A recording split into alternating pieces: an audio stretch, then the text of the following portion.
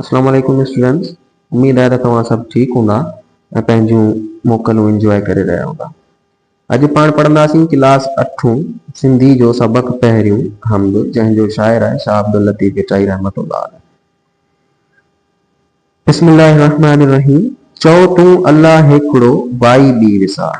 शाइर शाह लतीफ़ हिन सिट में फरमाए थो त तूं पंहिंजे दिलि सां इहो इक़रार कर, पंहिंजे दिलि जे अंदरि इहा ॻाल्हि आणे छॾ त अल्लाह हिकु आहे। ॿिया जेके बि तुंहिंजे दिलि में वसवसा आहिनि, आवाज़ आहिनि, ॻाल्हियूं आहिनि, उहे सभिनी ॻाल्हियुनि खे वसवसनि खे पंहिंजे दिलि मां कढी छॾ, विसारे छॾ।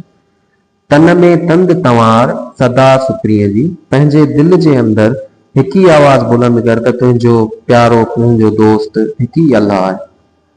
चओ तूं अल्लाह हिकिड़ो ॿी वाई विसारे छॾ। तूं इहो इक़रार कर, इहो तूं वहदत, अल्लाह जी वहदत जेका आहे, अल्लाह जी वहदानियत जेका आहे, मतिलबु त तूं इहो पंहिंजे दिलि सां इक़रार कर त अल्लाह ई हिकु आहे। ॿियूं जेके बि तुंहिंजे दिलि में अंदरि आवाज़ आहिनि उन्हनि खे पंहिंजे दिलि मां कढी छॾ, विसारे छॾ। ऊतां तोसी गॾु सॼण साफ़ साम्हूं। उहो ई अल्लाह आहे जेको तोखां परे न आहे, हर वक़्तु, हर घड़ी, हर लम्हे तोसां गॾु आहे। वहदहू ला शरीक लहू, इहो हिकिड़ा ई हक़। वहदहू ला शरीक लहू, इहो हिकिड़ा ई हक़, मतिलबु त अल्लाह हिकु आहे, उनजो को बि शरीक न आहे। इहो ई हक़ जो राह आहे, इहो ई हिकिड़ाई जो राह आहे, रस्तो आहे। ॿियाईअ खे बख जिन विधो से विरसिया। जेके बि ॿिए तरफ़ हलिया विया आहिनि उहे भटकी विया आहिनि हमेशह। ॿियाई माना खोट, डोलाब जंहिंजे दिलि में अची वञे। ॿियाईअ खे बख माना जेके बि ॿिए तरफ़ हलिया वेंदा आहिनि उन्हनि जो छा थींदो आहे, ॿिए तरफ़ माना कहिड़ो, अल्लाह खां हटी करे ॿिए तरफ़ जेके बि हलिया वेंदा आहिनि उहे सभु जा सभु अलॻि थी वेंदा आहिनि, विछड़ी वेंदा आहिनि, उन्हनि जो भटकी वेंदा आहिनि। वहदहू ला शरीक लहू, ॿुध न ॿोड़ा। अल्लाह हिकु आहे, उनजो को बि शरीक न आहे।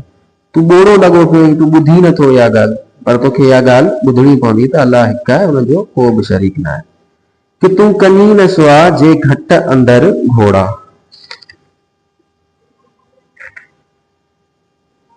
शाइर फरमाए थो त हिन सिट में तुंहिंजे दिलि जे अंदरि त उहा तड़प आहे, दाहूं आहिनि, कूकूं आहिनि, जेके दाहूं करे, वावेला करे, बेचैनी सां तूं इहो रूह जेको आहे सो चवे थो, ॿुधाइण थो चाहे, पर जेको आहे सो तूं उन्हनि ॻाल्हियुनि खे, पंहिंजे जज़्बे जे, पंहिंजे रूह जे जज़्बनि जे आवाज़ खे नथो ॿुधी। ॻाढ़ी ॾे ॻोढ़ा जिते शाहिद थींदई साम्हूं। उन ॾींहुं साॻियो तुंहिंजी अखियुनि में ॻोढ़ा हूंदा, जंहिं ॾींहुं तूं पंहिंजे हक़ीक़ी मालिक जे साम्हूं अची थींदे। पढ़ाॾो सो सॾु वर वाईअ जो जे लही।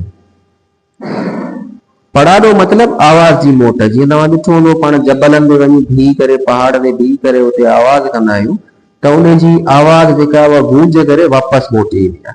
त असांखे लॻंदो आहे त ही ॿ आवाज़ आहिनि, पर असल में ॿ आवाज़ न हूंदा आहिनि। उहो पढ़ाॾो हिकिड़ो ई आवाज़ हूंदो आहे जेको वापसि मोट खाई ईंदो पियो आहे। हुआ अॻे गॾु ॿुधण में ॿ थिया। शाह लतीफ़ हिन में फरमाए थो त उहो ई सेम पढ़ाॾो वारी ॻाल्हि त आहे त हिकिड़ो ई आवाज़, पर असांखे छा थो लॻे त उहे ॿ ॿुधण में पिया अचनि। सेम इंसान ऐं पंहिंजे हक़ीक़ी मालिक अल्लाह साईं जो रिश्तो जेको आहे, रूह ऐं अल्लाह जो जेको रिश्तो आहे, उहो बि हिकु आहे। उहे बि ॿई ॻंढिया पिया आहिनि, पर असांखे लॻे पियो त उहे ॿई अलॻि अलॻि आहिनि। चओ तूं अल्लाह हिकिड़ो वाई ॿी विसार। तन में तंद तंवार सदा सुप्रीअ जी। चओ तूं अल्लाह हिकिड़ो ॿी वाई विसारे छॾ। ऊतां तोसी गॾु सॼण साह पसाह में। वहदहू ला शरीक लहू, हिकिड़ा ई हक़।